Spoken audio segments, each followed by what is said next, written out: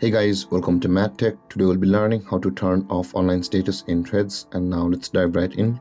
Now to turn off the online status in your Threads account, first open up your Threads app on your phone, and after opening your Threads app guys, you land on this interface, which is the home interface of Threads. And on this interface, at the bottom right corner of the screen, you can see the person or profile icon available for us.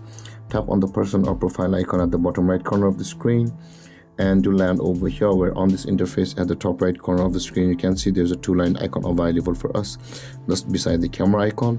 Tap on the two-line icon at the top right corner of the screen, and this kind of interface will appear where you can see the privacy option available for us just below the archive or just above the accessibility. Tap on privacy, and you can see the current online status available for us over here, which is the third option.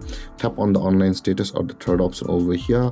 Now in order to turn off your online status in Threads, you can either choose to show your online to your followers you follow back, or no one. And that being said guys, choose your circle to whom you want to show your online, or in order to turn it off completely, tap on no one. With that being done guys, the online status in Threads will be turned off. And there guys, this is how to turn off online status in Threads.